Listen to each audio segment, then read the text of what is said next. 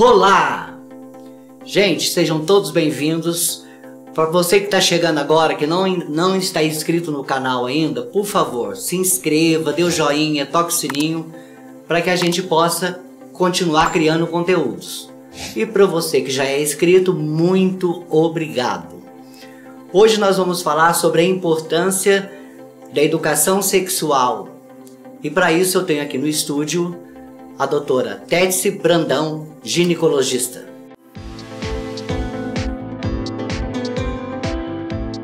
Olá, meu amor. Muito obrigado. Obrigada a você. Eu que agradeço pelo convite. Por favor, vamos sentar, fica à vontade. Bom, primeiro eu quero dizer que é um grande prazer ter você aqui. E esse conteúdo é muito importante para a saúde até da mulher, né? E também do homem, enfim. Eu estou muito feliz de você estar aqui. Ah, eu que agradeço o convite. Eu estou super feliz também. Deixa eu só mudar meu óculos aqui, porque eu sou ceguinho. Bom, doutor, tem um monte de perguntas que me fizeram e também dúvidas minhas. A primeira pergunta que eu vou te fazer é: o que é educação sexual? Então, a primeira resposta que eu vou te dar é o que não é educação sexual. Isso, perfeito, bacana. Educação sexual não é ensinar a fazer sexo, ponto. Esse é um ponto que tem que ficar bem esclarecido. Esse é um tabu, né? Educação sexual ainda é um tabu. Então, educação sexual é tudo que eu vou falar, menos ensinar a fazer sexo, né? Perfeito, é isso. Principalmente porque a gente está falando de criança e adolescente, sim, né? Pode até ser ensinar a fazer sexo quando a gente está falando na fase adulta, né? Porque a gente também tem falhas que vieram da infância, sim, que a gente carrega na fase adulta. Por exemplo, a minha geração, eu tenho bastante irmãs, são 8 mulheres lá em casa, e não se falava nisso, né? A mãe não falava, a minha geração aprendeu na vivência mesmo, né? Tinha até vergonha de perguntar até para amiga. Exatamente. Então hoje com essa tecnologia, com tanta informação, eu acho muito melhor hoje. Né? Mas é melhor, mas a gente tem que tomar cuidado. Porque educação sexual, por exemplo, a gente fala sobre segurança íntima. Segurança íntima é o quê? É evitar abuso sexual, né? Então, quando a gente ensina uma criança nominar as partes do corpo, que é autoconhecimento, por que a gente pula a parte dos genitais? Por que a gente dá nomes que não são apropriados para os genitais? Então, quando você dá nome adequado, você ensina a criança que mão, nariz, boca, seio, vulva, pênis, né? Isso aí é educação sexual. Você está ensinando ela a nominar a parte do corpo. Por quê? Se ela eventualmente sofreu um abuso, ela vai dizer: fulano pôs a mão em tal lugar. Sim. Né? Pôs a mão na vulva, pôs a mão no bumbum. Quando a gente fala assim, substitui por nomes, por exemplo, biscoito. Sim. Pôs a mão no meu biscoito, ninguém vai entender. Sim. Então, educação sexual faz parte de fazer segurança íntima para prevenção de abuso e aí começar com autoconhecimento. Então, isso pode ser ensinado para as crianças já, né? A gente não tinha isso, né? A gente não veio... ainda é um pouco de tabu, né? Como a senhora falou. Ainda existe esse tabu. Existe muita desinformação. Sim, existe né? muita desinformação. As pessoas, principalmente femininas, né? As mulheres, elas sabem o que elas têm no corpo, mas não sabem o conteúdo daquilo, como funciona. Sim. Seria sim. isso? Com certeza. E, por exemplo, a gente foca muito na educação sexual, falar sobre prevenção de gestação, que é um foco da educação sexual, prevenção de infecção sexualmente transmissível, que também é outro foco da educação sexual, mas as pessoas acham que é só isso, e não é, né? As meninas precisam ter conhecimento do corpo para outras coisas também, até para mais tarde, a questão da sua sexualidade, né? Do prazer, de saber como se sentir, como sentir prazer, como dar prazer para si mesma. Então, essas questões ainda são tabus. E a gente precisa... A educação sexual, ela também serve para prevenção, por exemplo, de erotização precoce, pornografia, né? Porque hoje, que você falou da internet, é super... as crianças estão com acesso a isso. Acesso muito rápido, né? E aí, quando você orienta a criança, ela sabe identificar que aquilo é uma coisa errada, não abusiva. Às vezes, avisar o pai que está entrando aquela comunicação, que às vezes é um link, alguma coisa, para que isso seja evitado. Então, a educação sexual serve para isso também, né? Isso, perfeito. Eu sempre digo assim, a gente sempre tem que buscar a informação. A gente tem... hoje, os pais precisam ficar alerta a tudo isso e conversar abertamente, né, com os filhos, né? Tanto homem, ou menino, enfim. Para que não haja problema lá na frente, não é isso? Mas um grande problema que eu vejo nisso, Jorge, tanto nas escolas quanto nas famílias, é que não tem um preparo. Não tem um preparo. Porque nós viemos de outra geração. Sim. Você veio de uma geração, eu vim de outra, em que não se falava isso. Não se falava de jeito nenhum. E aí nós fomos formados sem saber falar sobre isso, porque também na escola não se falava sobre isso.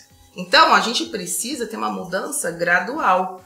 Claro que os pais podem buscar alternativas e tem inúmeras na internet, por exemplo, livros infantis. Livros que são propícios para cada idade. Para cada idade, Então, é muito importante isso, né? Então você compra um livro, tem vários, né? Como, por exemplo, Pipi e Fifi, que é um livro sobre as partes do corpo para evitar... para as crianças começarem a nominar as partes do corpo. Então é um livro para criança de 3, 4 anos, os pais leem junto com a criança e explicam, né? Então isso é uma forma fácil hoje em dia, assim, da gente driblar essa falta de informação que a gente teve, comprando esses livros, lendo junto com as crianças. Essa é uma dica interessante. Interessantíssimo. Agora, as escolas precisam ter preparo, porque não é falar educação sexual, não é achismo. Né? Não é eu acho isso, eu acho aquilo. Tem coisa que é o grande problema hoje da internet, né? O achismo.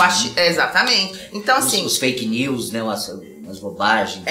E tem coisas próprias para falar em cada idade, Jorge. Cada idade. Né? E isso é treinável, isso tem apostila, isso tem o que o professor vai abordar naquele ano, com aquela turma, de que forma. Então isso precisa ser... O professor tem que também ser preparado. Para que ele possa interagir com as crianças. Porque ele também é de outra geração, né? Também como a senhora falou, cada idade é um tema, cada idade é uma nominação, né? Agora eu tô vendo aqui quero que a senhora fale disso. Tá. Isso aqui, eu tenho muito material didático para ensinar as pessoas. Didático, isso. Né? E hoje eu trouxe um material didático que é voltado para criança. Sim. Tá? Não é um material didático voltado para adulto. Então é um material didático mais lúdico, né? Que você pode, não é aquela coisa assim que assusta a criança, e elas começam a entender, a nominar partes do corpo. Então esse aqui mandei fazer, inclusive é uma artista aqui de Santa Rita. Olha, você é artesã aqui de Santa Rita. Santa Rita tem muita artesã bacana. Muita gente boa. Nossa, eu ainda vou entrevistar algumas, se Deus quiser. Vamos fazer isso. Legal. Essa aqui é da Artes e Fatos, ó. Artes e Fatos. Então isso aqui é o órgão genital externo da mulher, que a gente chama de vulva. As pessoas confundem com vagina. Não é vulva. Então, a gente fala pra mim isso que é a vulva. Já começa aí, pra não confundir as coisas. A gente mostra as estruturas, que a gente tem os lábios externos, o lábio interno, que é o grande lábio, o pequeno lábio. E por que a gente fala grande e pequeno agora? Sim. Interno e externo? Porque, às vezes, o pequeno lábio é maior que o grande lábio. E aí, se a gente fala pequeno e grande e ela tem esse aqui um pouquinho maior, ela vai achar que o dela tá errado. Então, a gente tá nominando como interno e externo hoje. Então, a gente fala sobre o clitóris, sobre o canal vaginal, sobre a uretra. Tem gente, Jorge, que acha que a gente faz xixi pelo clitóris. Ou que... Sim. Entendeu? Então, assim, não sabe, até hoje, mesmo adulto, não sabe. Então, quando a gente ensina a denominar partes do corpo, então esse aqui, por exemplo, tem até por trás, ele tem um canal vaginal que vai acabar no útero, Olha que interessante esse trabalho, né? Então esse aqui é o útero. E aí, porque tem gente que acha que o canal vaginal é infinito e além. Não, ele tem o final, o colo do útero. O colo do útero a gente vai falar, é onde vai ensinar a colher o exame do Papa Nicolau, para prevenção de câncer de colo de útero. Então é um material voltado para crianças, né, para meninas, para meninos também. Esse aqui, por exemplo, eu gosto de várias cores pra gente mostrar a diversidade. Diversidade. Né? Então, por exemplo, essa aqui tem uns pelinhos começando. E essa aqui tem mais pelo. Então, ter pelo, não ter pelo é normal. Sim. Ser de cores diferentes é normal. Então, na educação sexual, você vai ensinar sobre diversidade também. Né? Então, e é engraçado que eu perguntei para uma menina que foi no meu consultório, 10 anos, eu perguntei assim pra ela, escuta, qual que é a diferença dessa para essa? Eu tinha certeza que ela ia falar a cor, Jorge. Ela falou, essa é mais velha que essa. Aí eu falei, por que você acha isso? Porque essa aqui tem pelinho, essa aqui não. Então você vê como é que as crianças não tem preconceito. O preconceito tá nos adultos, no adulto, né? Com certeza. Então, isso que eu falo, tem fases, tem como mostrar, identificar. A criança, isso aqui é lúdico, isso aqui é bonitinho, é engraçadinho. Então, as meninas, quando vão no consultório, elas gostam muito disso aqui, porque é muito bonitinho, é muito lúdico, né? Então, e elas vão se conhecendo também. Exatamente. Por exemplo, eu vou falar, elas estão quase para menstruar, né? 10, 11 anos. Então, eu venho aqui, mostro o útero, falo da onde a menstruação veio, que a educação menstrual é parte da educação sexual. Né? Então a gente explica que forma um sanguinho dentro do útero que vai vir por aqui, vai sair pela vagina, né? Aí os cuidados que ela vai ter que ter, a saber o que é normal, o que não precisa ter tabu de falar de menstruação. Sim. Porque também era um assunto muito tabu, hoje já é menos, mas também tem, né? Então eu acho assim que a educação sexual tem que ser feita, Jorge, não só pela escola, tem que ser feita pela família e tem que ser feita por profissionais de saúde. Todo mundo tem que falar sobre esse assunto. Cada um no seu setor e cada um com a sua experiência, com o seu conhecimento, né? Porque tem que ter conhecimento para abordar isso. Eu também acho isso. Por exemplo, desculpa te cortar, mas se a criança... tem gente que acha que só a família tem que falar sobre isso. Não é verdade. Porque 70% dos abusos sexuais acontecem dentro de casa. Então, se a gente delega só para a família falar sobre isso, e a família tiver um abusador, não vai querer explicar o que é. Para a criança não contar para ninguém. Então, se ela souber na escola o que é, ela vai saber identificar aquele abuso. Então precisa ser falado. Precisa ser falado. Já com a parte dos profissionais de saúde, a gente tem a parte mais técnica, às vezes, até um pouco mais profunda do que se aborda na escola. Então eu acho que é um assunto que tem que ser abordado por mais pessoas, né? Não só família, escola, profissionais de saúde. Falando em abuso, eu vou falar uma coisa aqui em primeira mão, né? Eu fui abusado sexualmente quando criança, né? Eu tinha 8 para 9 anos. E um dos motoristas do meu pai passou a mão em mim, entendeu? E aquilo, eu fiquei anos com aquilo, remoendo. Não que me culpando, porque eu ficava assim com medo, eu achava que era feio pra mim, que deixei, entendeu? Eu era uma criança de 8 anos. Exatamente. E mais tarde, depois eu falei com a minha mãe, já adulto isso, tive que fazer análise, enfim, né? Porque foi complicadinho pra mim. Tanto que eu comecei a namorar a partir dos meus 20 anos. Porque eu tinha um bloqueio comigo. Que você não sabia de onde que era. Eu não sabia de onde que era, entendeu? Exatamente. Aí, e eu não contei por quê. Porque meu pai era um homem muito bravo, muito severo. Aí eu já pensava que ele ia me bater, porque... Ou que você estava inventando. É uma palavra de uma criança contra o adulto. Exatamente. E naquele tempo era muito mais difícil, né? Exatamente. Eu nunca falei isso pra ninguém, eu tô falando isso primeiro. Nossa, olha só. Que bacana. Por que eu tô falando isso? Porque a gente tem que ter cuidado, né? A gente tem que olhar o filho, a criança, prestar atenção, né? Eu costumo dizer assim que eu trato a criança como adulto, assim. Não como adulto, mas tipo assim, eu não sou... A criança, eu não fico de agarração, de beijo, de abraço, de pegar no colo. Eu trato a criança normal, né? Eu converso normal, abordo normal, como vai você, papapá. Esses tempos atrás, um dos meus sobrinhos, tem 6 anos, veio passar uns dias comigo, uma tarde, aliás. Aí ele falou assim, ai, tio, eu gosto de ficar aqui, você não me aperta. Aí eu já, pá, acendeu uma luzinha. Sim. Aí eu falei, senta aqui, filho. Por que você falou isso? Eu deixei passar primeiro, né? Ele brincou, tudo. Falei, vem cá, lá por aquela hora que você falou pro tio que eu não te aperto, quem que te aperta? Né? Aí ele falou assim, as minhas duas vó, elas apertam minha bochecha. Então quer dizer, aí tirou aquele peso de mim. Eu falei, então você tem que falar pra ela que você não gosta. Ela falou, tio, elas ficam tristes se eu falar. Né? Porque ele é um menino muito inteligente, ele fala mesmo.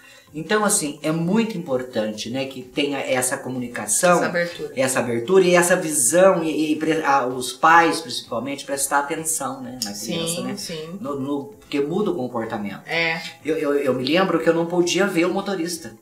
Que você não tinha medo.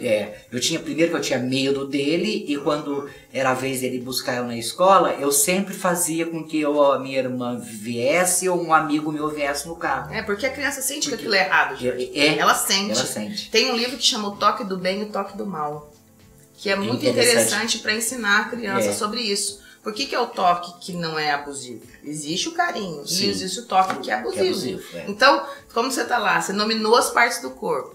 Você falou de intimidade, ensinou para a criança sobre intimidade e privacidade. Então, olha só como é que vai construindo.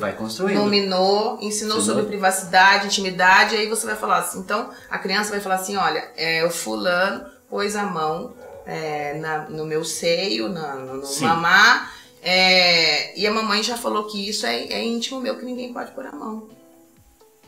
Então, ela vai ter esse conhecimento e vai falar pra mãe, porque a mãe vai falar assim, alguém fizer isso, você me fala. Porque isso é íntimo, isso é privado, da sua privacidade. Porque a criança, quando ela é tocada, principalmente, ela tem medo de coisa, ela demora pra coisa. Ela não entende. Você vê que eu fui falar isso já quase que adulto, com 17 anos. Isso aconteceu comigo, eu tinha 8. Exatamente. Então é mais atenção mesmo, né? E é muito importante que se aborde esse tema assim na escola, que as pessoas, igual você falou, professor, médicos, todos se unem à saúde em geral, né? Para alertar mesmo e ensinar, né? Conhecimento. Uma coisa, por exemplo, que as pessoas falam assim, mas o que eu posso fazer com meu filho em casa para ensinar? Por exemplo, além desses livros que eu dei de dica, que tem de várias idades para várias idades, a gente pode ensinar as partes do corpo na hora de tomar banho, que você tá falando, isso aqui é o narizinho, isso aqui é o olhinho. Falar todos, nominar as partes do corpo. E, por exemplo, uma coisa que eu fiz com a minha filha, que eu acho que é interessante, você criar a intimidade e a privacidade da criança. Então, vamos ver, ela tá lá com 8 anos, ela já toma banho sozinha. Sim. Né? 8, 9 anos. Aí, você vai entrar no banheiro, bater na porta. Por quê? Porque se o pai e a mãe batem na porta para entrar, ela sabe que qualquer pessoa tem que fazer isso. Tem que fazer, não tem não. Tem que fazer. Então ela sabe que quem não estiver fazendo isso, tá errado. Porque é a privacidade dela. Então são coisas que você ensina em casa, Jorge. Você não ensina isso na escola. Então tem que ter em casa também. Tem que ter. Isso que você tá fazendo, isso que a gente faz é educação sexual. Então a gente tem que desmistificar isso. Sabe? Tem que tirar essa conotação de sexo. Achar que vai de sexo. Exatamente. Não, é educação, é aprender o certo, né? Exatamente. Certo. Aí mais pra frente, quando já tiver, por exemplo, adolescente, né, que é mais velho, 16, 17 anos, 15 às vezes, a gente já começa a falar sobre outros tipos de assunto. Aí vai abordar a parte mais do sexo que está envolvido com a sexualidade, mas na hora certa. Na hora certa. Porque isso vai acontecer. Isso vai acontecer. E olha, estudos falam que quando a gente faz educação sexual nas crianças, a gente evita o início precoce da atividade sexual. Então é justamente ao contrário. Olha que bacana isso, tá vendo? Isso são estudos que demonstram isso. Por quê? Porque as crianças têm acesso à informação, então elas sabem o que é. Né? Então, diminui gravidez precoce, né? Diminui infecções sexualmente transmissíveis. Isso aí abrange um monte de coisa, né? Mas só num conceito. Né? Essa questão da sexarca, que é o início da atividade sexual, ela é retardada, ela é adiada quando tem programas de educação sexual. Isso é comprovado por estudos. Muito bacana. Você quer falar mais alguma coisa a respeito? Eu acho que não. Vou falar pro pessoal me seguir. Eu tenho também uma página. Por favor, é o Instagram. No Instagram tem. O meu YouTube não é igual ao seu ainda, não. Eu tenho alguns vídeos lá, mas não é profissional. Mas eu falo muito mais no Instagram. Eu falo sobre essa questão, abordo essas questões. A gente vai passar, a produção depois vai passar o seu Instagram, o seu YouTube. Então, quem quiser falar sobre o assunto, eu respondo inbox quando não é uma coisa muito que eu preciso examinar, nem passar nada, né? Mas orientação a gente acaba dando. E dizer para as pessoas que não tenham preconceito com a questão da educação sexual. A gente tem que desmistificar, falar que é necessário para a gente proteger nossas crianças e adolescentes. É isso aí. Muito obrigado. Fiquei muito feliz de você aqui. Muito feliz. Gente, então é isso. Espero que vocês tenham gostado do conteúdo. E não se esqueça, a vida é uma festa. Bora lá.